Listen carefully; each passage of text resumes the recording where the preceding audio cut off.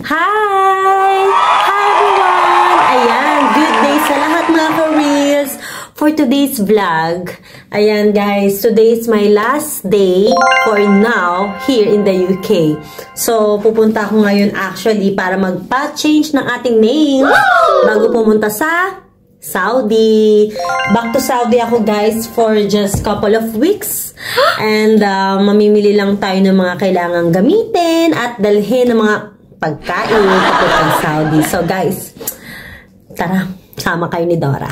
And guys, sunny day. Kaya ganito lang ang suot ni Dora nyo. At salamat sa Diyos. Sana may open pang nail shop. Kasi medyo na late na ako. Ang dami ko kasing in-engage. Ang dami kong chineka. Tsaka guys, thank you for my 10,000 followers and counting. Ayan, ang bilis tumaas at happy ako kasi puro organic ang ating mga followers. So guys, hope na palagi kayong nag-enjoy kapag nag-vlog or sa mga videos ko, sa mga kalokohan ko. Appreciate ko kayo lahat from the bottom of my heart. I love you guys.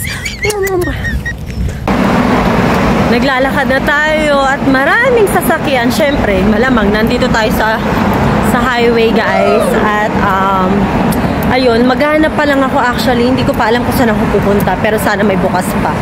So, yun. Hanap muna tayo. And there you go. Ayan ang KNC Nails. Ayan guys, malapit lang yan sa bahay.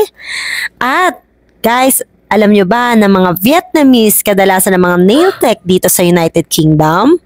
Yes, Vietnamese guys. Bihira ako makita ng mga Noipi.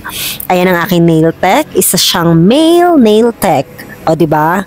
O, kuya, wag mo akong susugatan, ha? Charot. Ayan ang aking nail color. Chrome kaya pala yung pinili ko para medyo, alam mo yung shining, shimmering, splending.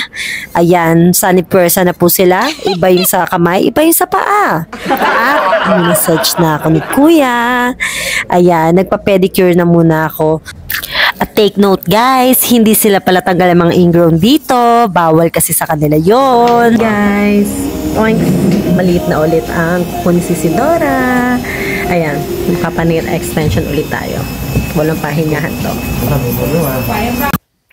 O diba guys, ang bongga. Tignan nyo maigi, oh.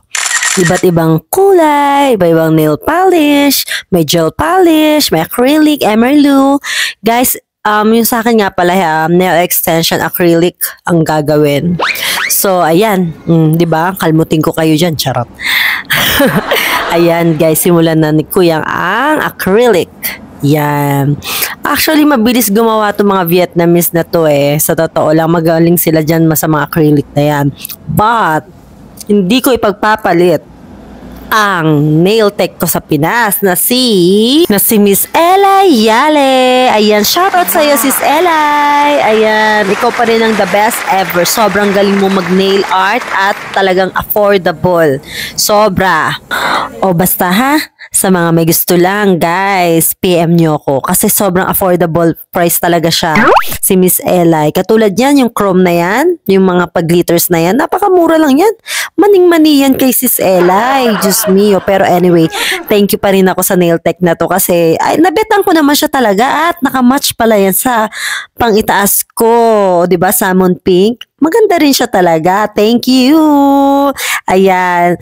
So guys, thank you for watching my mini vlog. May part 2 pa yan. Ayan. Si Dora nyo palaging on the go talaga. Ayan. Salamat. Bye.